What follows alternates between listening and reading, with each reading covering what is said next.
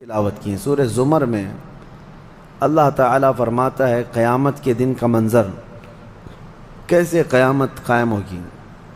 وَنُفِخَ فِي الصُّورِ فَصَعِقَ مَنْ فِي السَّمَاوَاتِ وَمَنْ فِي الْأَرْضِ إِلَّا مَنْ شَاءَ اللَّهُ، سور پھونکی جائے گی۔ ہوگا کہ ایک وقت آئے گا اس کا جب دنیا اینڈ ہونے والی، ختم ہونے والی ہے۔ سائنس بھی آج اس بات کو تسلیم کر رہا ہے کہ یہ جو سولار سسٹم ہے اس کی ایک عمر ہے، اس کی ایک ایج ہے، اس کے بعد یہ ختم ہونے کے قریب آئے گا۔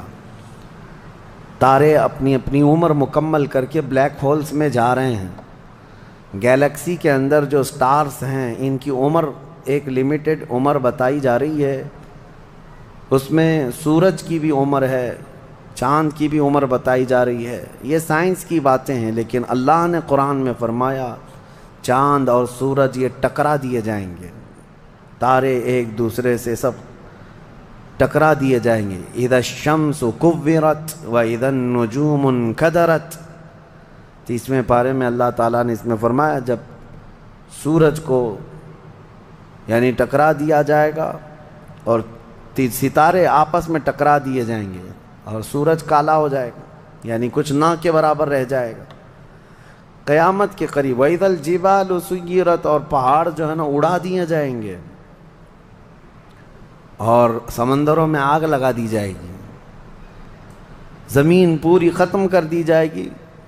اور سورہ قارعہ میں آپ نے پڑھا ہوگا یوم یکون الناس کالفراش المبثوث وتکون الجبال کالعہن المنفوش، تم لوگوں کو دیکھو گے کہ پتنگوں کی طرح سے اڑ رہے ہوں گے، اور پہاڑوں کو دیکھو گے کہ روئی کا پہا جو ہوتا ہے، روئی کا پہا اس طرح سے پہاڑ بکھر چکے ہوں گے۔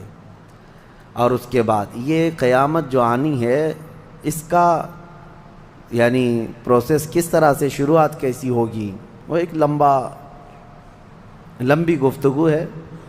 مختصراً عرض کرتا ہوں کہ آیات حضور اکرم صلی اللہ تعالیٰ علیہ وسلم کی احادیث میں جو نشانیاں بیان کی گئی ہیں اس اعتبار سے قیامت کے قریب بڑی بڑی نشانیاں آئیں گی۔ دجال آئے گا، دابۃ الارض آئے گا، یاجوج ماجوج نکلیں گے، پھر اس کے بعد سورج پچھم سے نکلے گا۔ یہ سب بڑی بڑی نشانیاں ہیں۔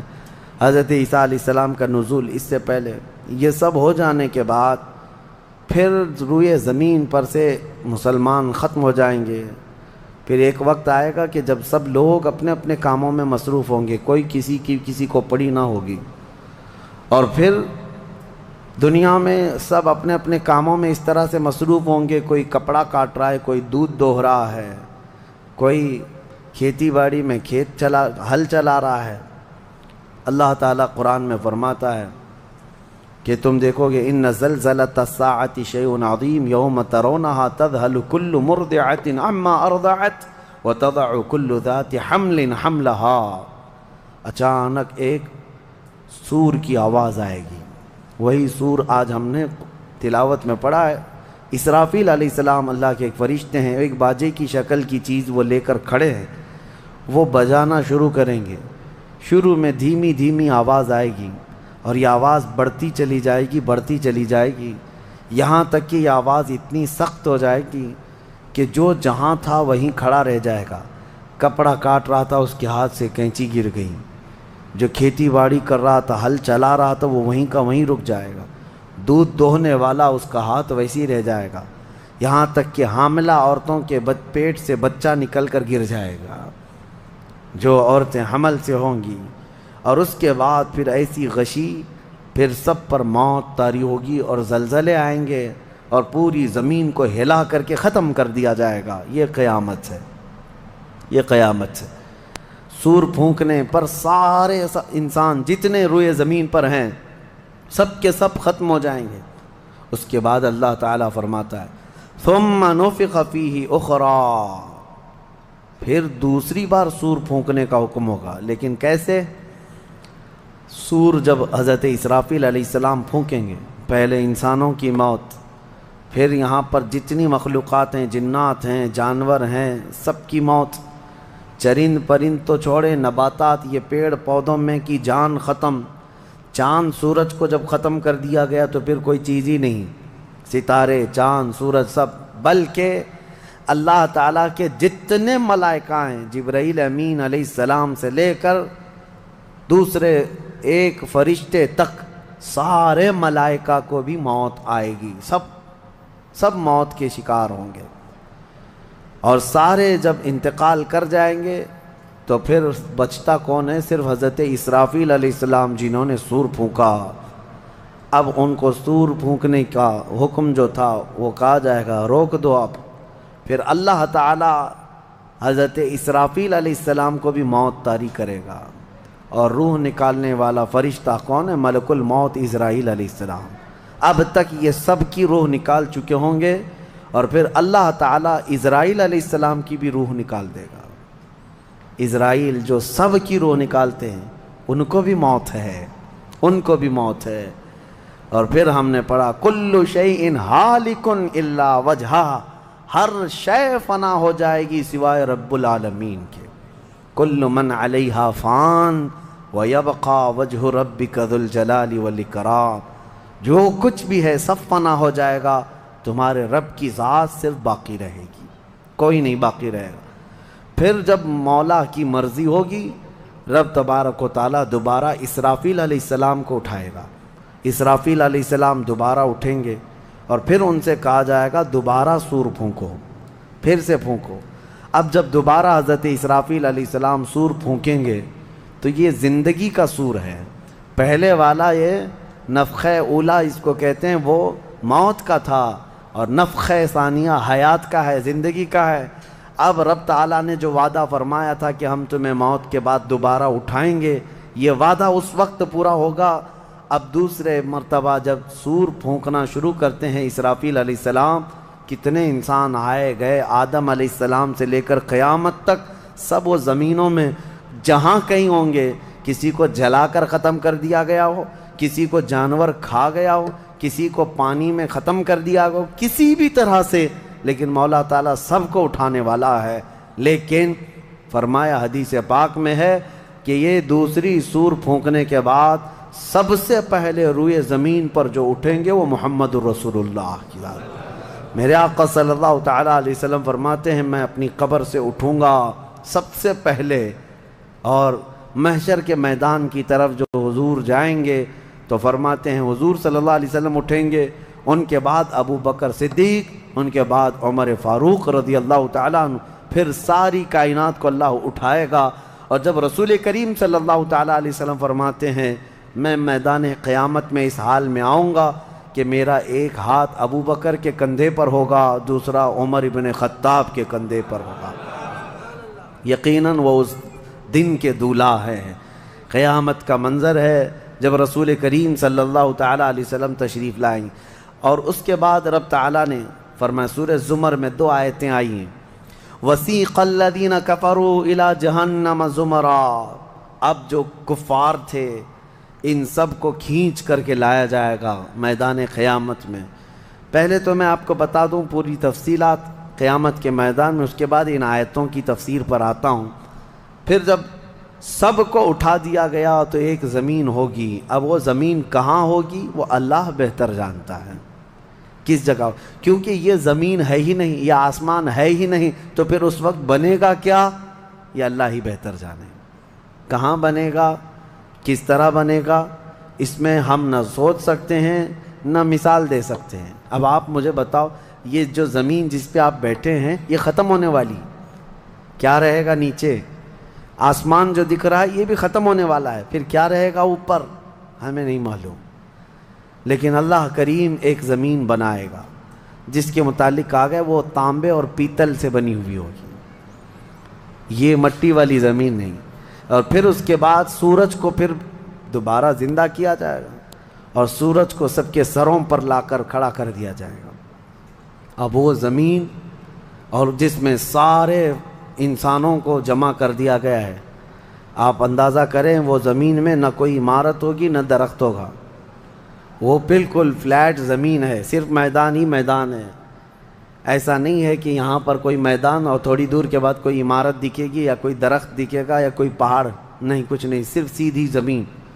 اسی لیے کہ وہاں تم 500 سال بھی اس میدان میں بھاگتے رہو گے تو سائے کے لیے ایک پتا بھی نہیں ملے گا، ایک پتا بھی نہیں، کہاں سایہ حاصل کر سکو۔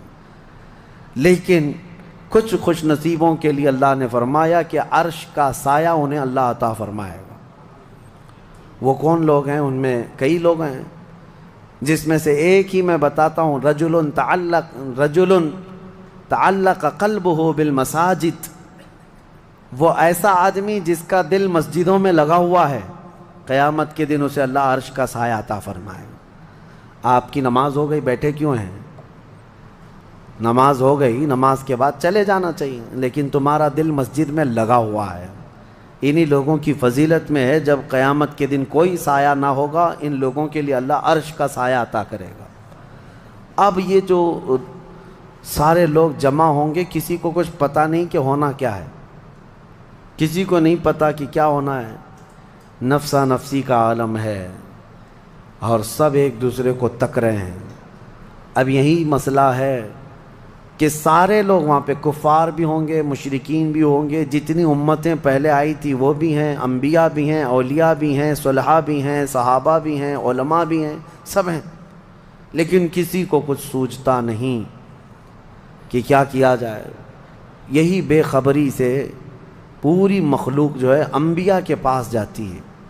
انبیاء میں سب سے پہلے ابو البشر سیدنا آدم علیہ السلام سے کہتے ہیں سارے لوگ، آپ تو ہم سب کے باپ ہیں، ہمارے لیے اللہ کی بارگاہ میں سفارش کریں کہ کچھ ہمارے متعلق کیا حکم ہے وہ پتہ چل جائے، ہمیں کہاں جانا ہے، جنت میں یا دوزخ میں، یہ ابھی پتہ چل جائے، حساب بھی نہیں شروع ہو رہا ہے۔ تو آدم علیہ السلام نے فرمایا، وہ فرمائیں گے کہ اے لوگو جاؤ، اس لیے کہ مجھے ڈر ہے اللہ کریم کی بارگاہ میں نے جنت میں وہ ممنوع شجر کا جو پھل کھا لیا تھا، مجھے آج بھی اس کا احساس ہے کہ کہیں رب تبارک و تعالیٰ مجھے اس پر عتاب نہ فرما دے، جاؤ کسی اور کے پاس۔ جتنے نبیوں کے پاس یہ قوم جاتی تھی وہ انبیاء کرام یہ کہتے آج ہمیں خوف ہے اللہ کریم کی بارگاہ میں، وہ قہار ہے، وہ جبار ہے۔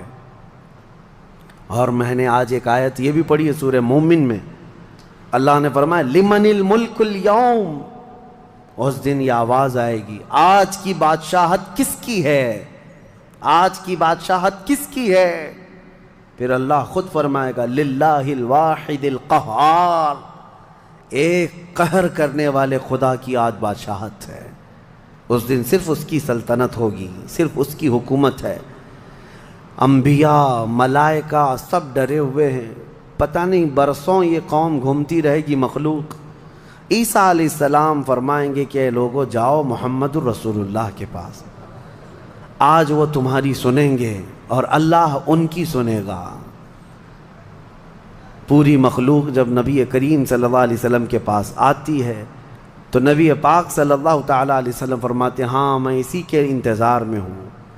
پھر حضور صلی اللہ علیہ وسلم سجدے میں گرتے ہیں اور اللہ کو منانے لگتے ہیں کہ مولا ہے تو تیرے بندے، تو حساب تو شروع فرما۔ اس کو کہتے ہیں شفاعت کبریٰ۔ یہ کیا ہے؟ شفاعت کبریٰ، بڑی شفاعت۔ یہ سب کے لیے، کافروں کے لیے، مشرکوں کے لیے، سب کے لیے۔ یعنی حضور کی پہلی شفاعت کس کام کی تھی؟ کہ اللہ حساب تو شروع کرے، یہ شفاعت کبریٰ ہے، حساب شروع کرے مولا تعالیٰ۔ ساری انسانیت کے لیے حضور جب سجدے میں گرتے ہیں اللہ کریم فرماتا ہے ارفع رأسک یا محمد۔ حضور نے یہ فرمایا ہے کہ اس دن میں سجدے میں ایسی ثنا اور ایسی حمد بیان کروں گا اللہ کی جو آج تک کسی نے نہیں بیان کی ہوگی، اور اسی دن مجھے اللہ وہ تلقین بھی فرمائے گا۔ اور جب حضور ثنا کر رہے ہوں گے اللہ فرماتا ہے ارفع رأسک یا محمد، اے محمد صلی اللہ علیہ وسلم اپنا سر اٹھائیے، آپ مانگیے آپ کو دیا جائے گا، آپ پوچھئے آپ کو جواب دیا جائے گا۔ یہ پہلا سوال ہے اللہ کی بارگاہ میں قیامت کے دن، اور پہلا جواب ہے، باقی کسی بندے کو کوئی جواب نہیں تھا۔ اللہ کی بارگاہ میں حضور نے جب یہ عرض کیا تو رب تعالیٰ فرماتا ہے ملائکہ کو جس کی ڈیوٹی تھی، جس کا کام تھا کہ میدان قیامت میں میزان عمل لگا دیا جائے، حساب و کتاب ہوں، سب کے نامہ اعمال ان کے ہاتھوں میں دیے جائیں، سب کو پڑھنے کا حکم دیا جائے. اب حساب کا آرڈر آ گیا، حکم آ گیا، تو لوگ تھوڑی راحت کی سانس لیتے ہیں کہ چلو حساب شروع ہونے والا ہے. لیکن ابھی اتنا آسان نہیں ہے، اتنا آسان نہیں. اب فرشتے لا رہے ہیں سب کے اعمال نامے. لوگوں کو ایسا لگتا ہے اعمال نامہ یہ 4 پنے کا ہوگا.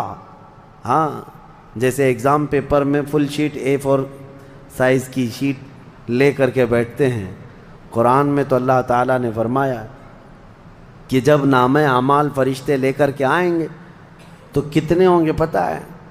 تمہاری نظر جہاں تک جاتی ہوگی وہاں تک صرف کتابیں تمہاری ہوں گی، صرف تمہاری کتابیں فرشتے لاد کر کے لا رہے ہوں گے. اس میں سب لکھا ہوگا، زندگی میں جتنی مرتبہ باتیں کیا تھا، جو کچھ بھی کیا تھا، سب ڈیٹیل ہوگا.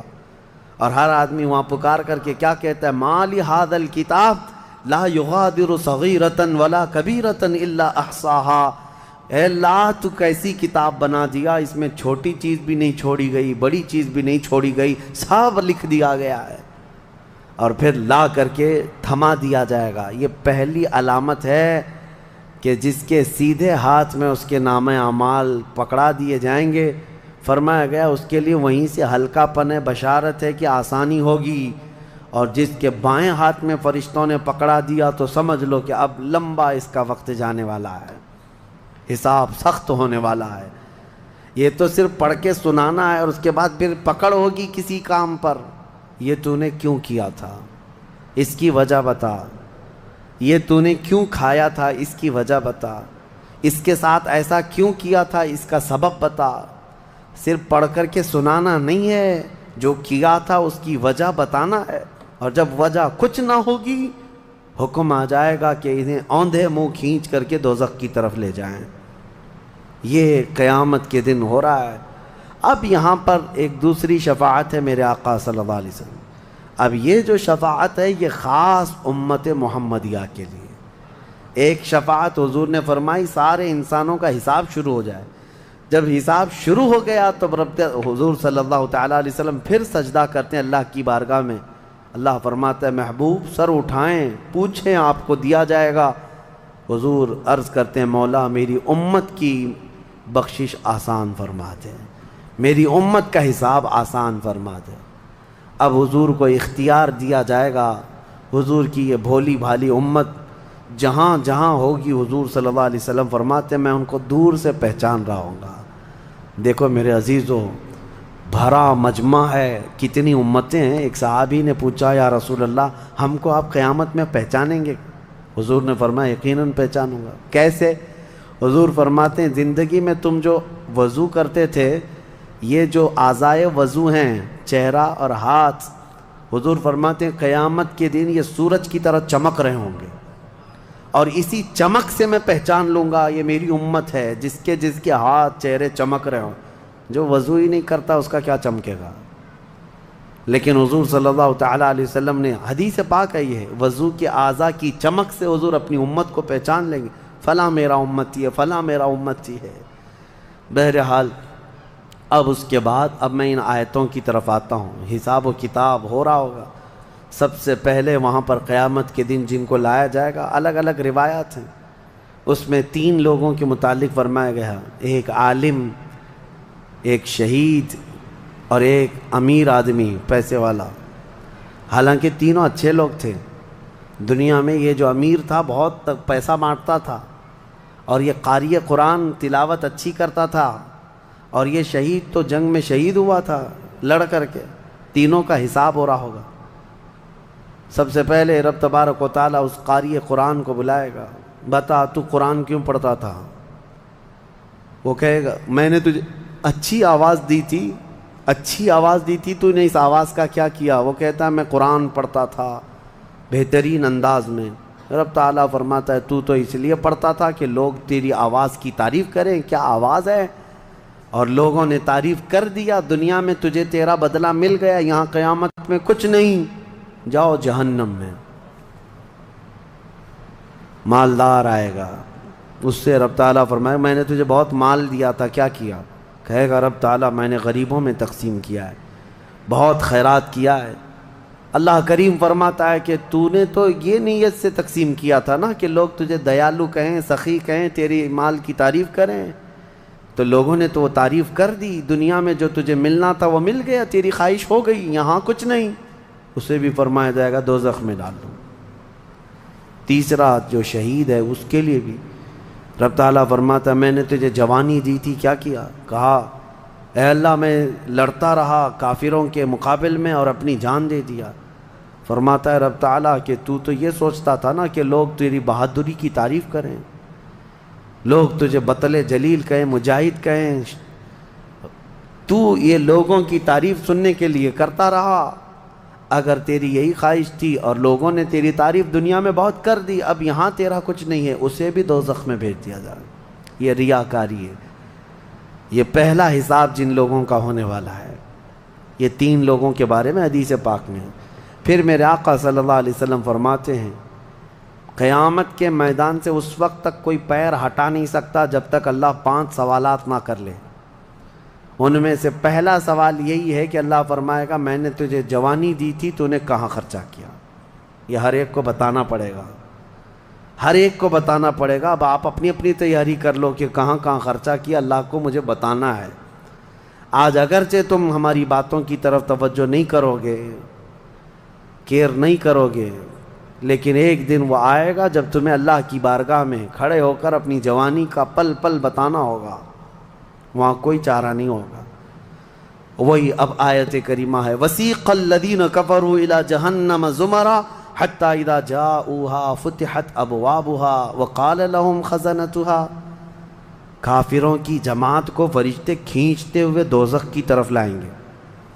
دوزخ کیسی ہوگی میں انشاءاللہ العزیز اس کو عرض کروں گا آخری میں، رمضان کے آخر میں، کیونکہ یہ جو عشرہ گزر رہا ہے یہ جہنم سے آزادی کا عشرہ ہے۔ کاش اللہ ہمارا نام بھی آزاد ہونے والوں میں شامل فرمائے کہ جہنم سے آزاد ہونے والوں میں ہمارا نام شامل ہو گیا تو پھر قسمت ہی قسمت سے۔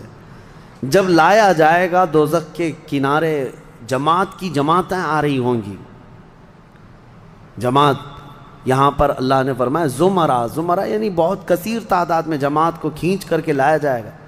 پھر دوزخ کے دروازے کھول دیے جائیں گے، فتحت ابوابها، دروازے کھول دیے جائیں۔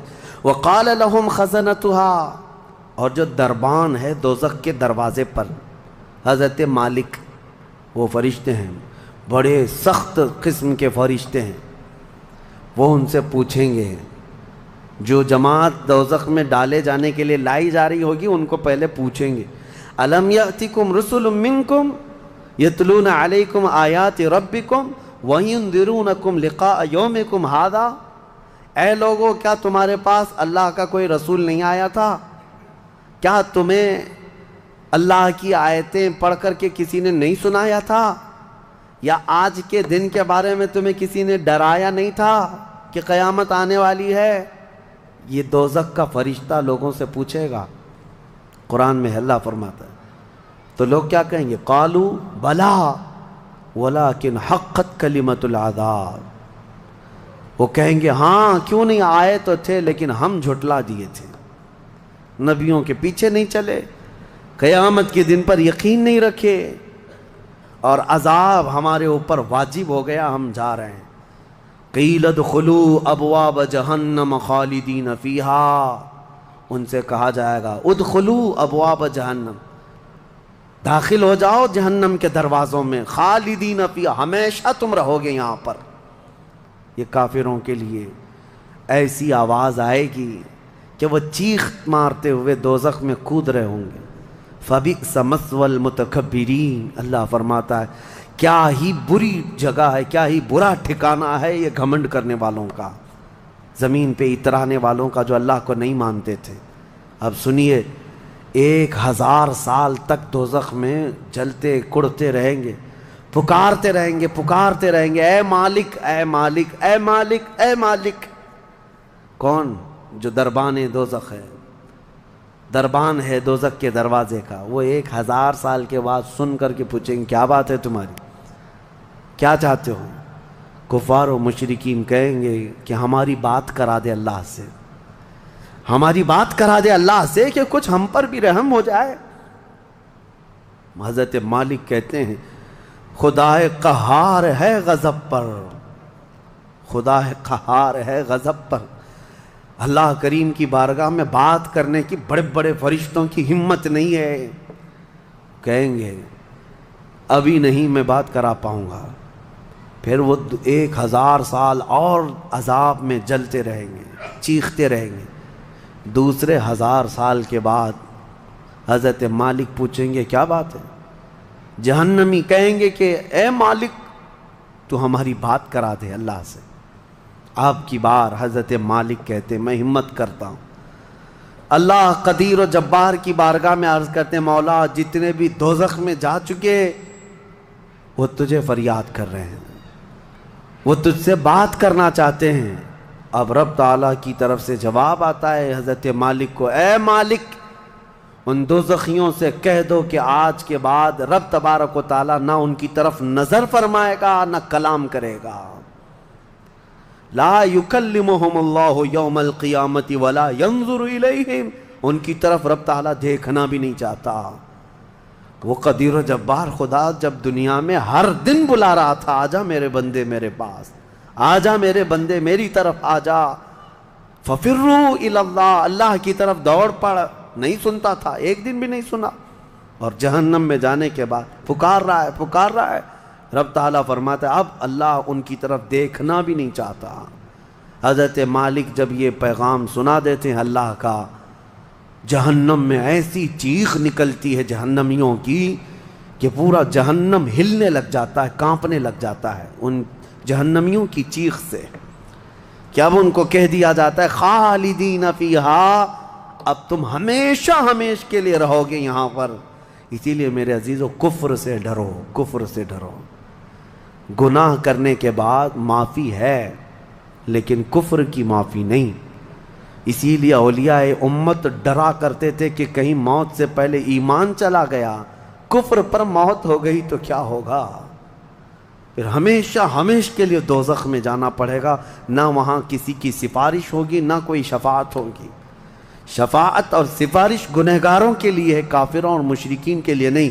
قرآن میں اللہ نے فرمایا ان اللہ لا یغفر ان یشرک بہ ویغفر ما دون ذلک لمن یشاء، بے شک اللہ تعالیٰ اس کے ساتھ کیے ہوئے شرک کو اور کفر کو ہرگز معاف نہیں کرے گا، اور اس کے علاوہ جو کچھ بھی کیا ہے اللہ سب معاف کرے گا، کفر کو اور شرک کو معاف نہیں کرے گا۔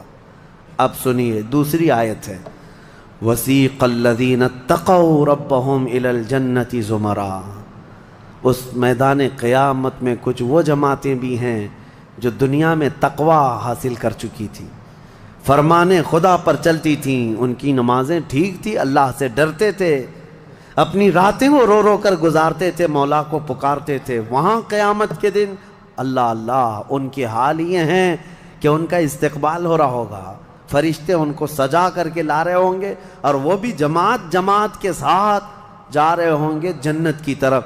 تو جیسی وہ پہنچیں گے فتحت ابوابہا، قرآن میں ہے 7 دروازے جنت کے ان کے لیے کھول دیے جائیں گے۔ یہ پرہیزگار لوگ ہیں، یہ تقوی والے لوگ ہیں۔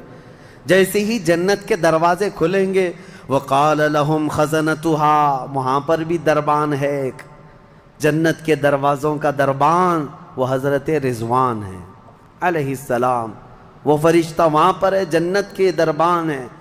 جیسے ہی یہ جماعتیں قریب پہنچیں گی دروازوں کے، کیا کہے گا دربان جنت؟ وقال لهم خزنتها سلام علیکم طبتم، مبارک ہو، اللہ کی سلامتی ہو تم کو۔ یہ جو ہم سلام کرتے ہیں نا السلام علیکم، یہ جنتی سلام ہے۔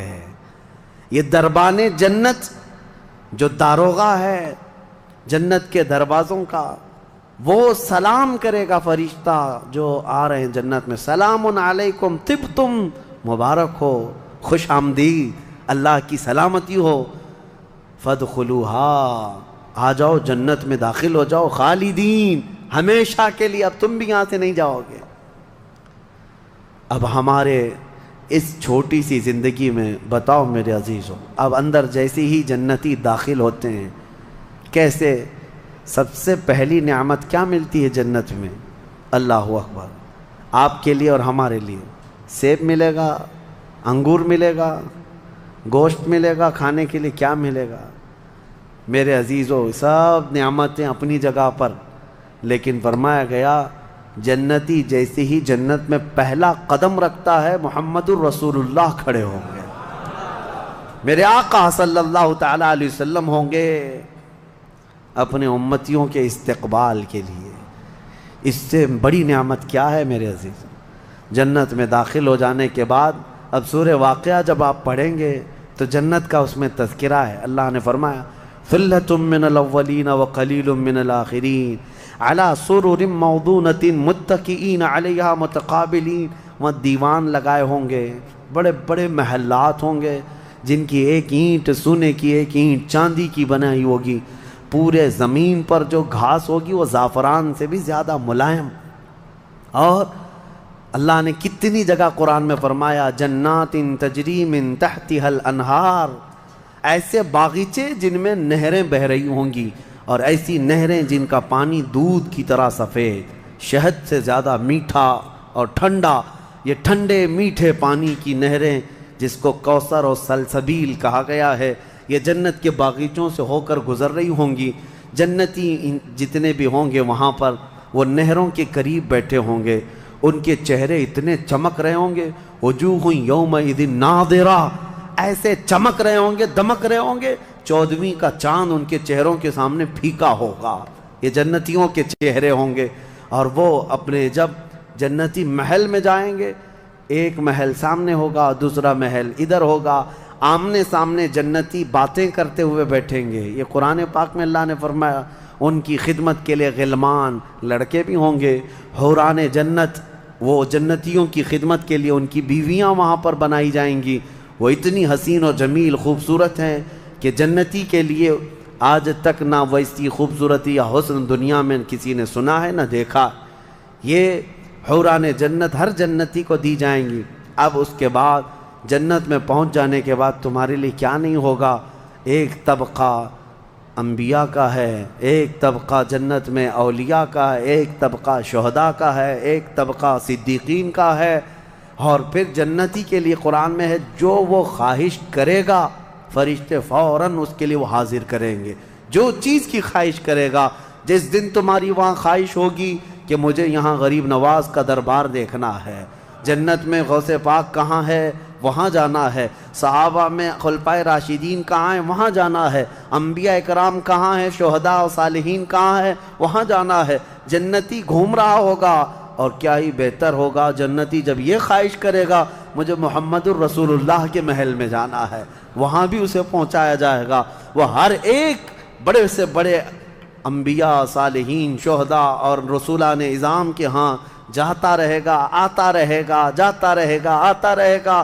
جنت کی نعمتیں اس کی ختم نہیں ہوں گی، یہاں تک کہ اللہ کریم فرمائے گا حوران جنت کو یہ میرے وہ بندے ہیں جو صرف میری حمد سنتے تھے دنیا میں، اے حوران جنت تم اپنی میٹھی آواز میں اب میری حمد ان کو یہاں سناؤ۔ 100 سال تک وہ حوران جنت انہیں حمد سناتی رہیں گی۔ پھر جنتیوں سے اللہ پوچھے گا پیٹ بھر گیا؟ وہ جنتی کہیں گے مولا اور تیری تعریف سننے کا دل کرتا ہے۔ داؤد علیہ السلام جن کی آواز میں بڑی مٹھاس تھی، رب تعالیٰ فرمائے گا اے میرے داؤد خلیفۃ اللہ، آؤ ان جنتیوں کو اپنی سریلی آواز میں میری حمد سناؤ۔ اب وہ 100 سال تک سناتے رہیں گے، اور جنتی مدہوش ہوں گے اور سنتے رہیں گے، یہ جنت کے ترانے وہاں پر سنائے جا رہے ہیں۔ اس کے بعد پھر رب تعالیٰ فرمائے گا اب تم سیراب ہو گئے کہ داؤد علیہ السلام کی زبان سے تو چڑیاں بھی سننے کے لیے کھڑی ہو جاتی تھی، پرندے بھی ہوا میں رک جاتے تھے۔ اب جنتی کہیں گے کہ مولا اور تیری حمد ہو اور تیری تعریف ہو، ہم سننا چاہتے ہیں۔ رب تعالیٰ جب فرمائے گا اے فرشتوں حجابات ہٹاؤ، اب میں سناؤں گا اور میرے بندے سنیں گے۔ اب یہ جنت کی سب سے بڑی نعمت وجوہ یومئذ ناظرہ الی ربہا ناظرہ، مولا فرماتا ہے چہرے چمک رہے ہوں گے اس بات کے لیے کہ بغیر حجاب کے وہ اپنے اللہ کو دیکھ رہے ہوں گے۔ اس سے بڑی نعمت جنتی کو کچھ نہیں ہے کہ مولا کریم حجابات ہٹا دے گا، جس کے تم یہاں سجدے کرتے ہو، جس سے تم گڑ گڑا کر مانگتے ہو، وہ مولا جنت میں پردے ہٹا دے گا، اور فرمایا گیا جنت کی سب سے بڑی نعمت دیدار الہی ہے۔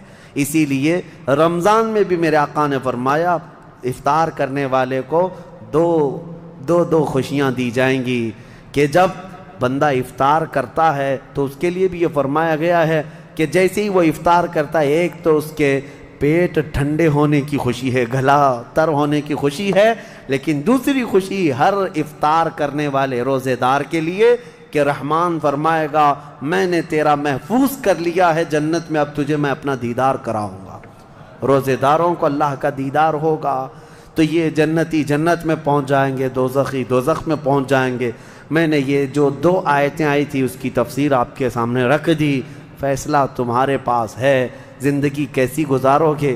لیکن میرے آقا نے فرمایا جنت کا جو راستہ ہے نا وہ کیسا ہے؟ کانٹوں سے بھرا ہوا ہے یہاں دنیا میں۔ جہنم کا راستہ پھولوں سے سجا ہوا ہے، بہت ٹھنڈا ہے، بہت آرام دہ ہے۔ دوزخ کا راستہ، میں الٹا تو نہیں بول رہا، سیدھا ہی بول رہا ہوں، جہنم کا راستہ پھولوں سے سجا ہوا ہے اور جنت کا راستہ کانٹوں سے بھرا ہوا ہے۔ میرے آقا نے فرمایا یہاں دنیا میں کانٹوں سے بھرا ہوا ہے، لیکن اس پر اگر کوئی چل گیا تو وہ کانٹے ختم ہوتے ہی اس کے لیے جنت کے باغات ہیں۔ اور جو دنیا میں ان پھولوں کے راستے کو چن لیا دوزخ کے، جیسے ہی یہ راستہ ختم ہوگا اس کے بعد صرف آگ ہی آگ ہے، آگ ہی آگ ہے۔ چنو کون سا راستہ، تم یہاں کے پھول چاہتے ہو یا پھر آخرت کے باغیچے، یا یہاں کے کانٹے اور آخرت کی آگ؟ یہ تمہارے ہاتھ میں ہے، کس طرح سے تم اپنی زندگی کو متعین کرتے ہو۔ بس یہ رمضان کی آج پہلی طاقرات ہے، ہو سکتا ہے آج شب قدر ہو، اور اللہ کریم کی بارگاہ میں مانگو کہ اے اللہ ہمیں بن مانگے تو نے اپنے حبیب کی امت میں پیدا کیا ہے، اور ہم تیری بارگاہ میں اب سوال کرتے ہیں مولا تو اپنی جنت سے ہم غریبوں کو محروم نہ فرما۔ اے اللہ ہم تیری دوزخ میں ہم تیری جنت میں جانے کے قابل تو نہیں، لیکن تیری دوزخ کا عذاب سہنے کے بھی قابل نہیں۔ بس تو اپنے فضل اور جود و کرم سے ہم سب کی بخشش کر اور ہمیں جنت عطا فرما۔ الہی لست للفردوس اہلا ولا اقوى على نار الجحیم فاغفر ذنوبی بفضل جودک یا اللہ۔ وآخر دعوانا ان الحمد للہ رب العالمین۔ السلام علیکم۔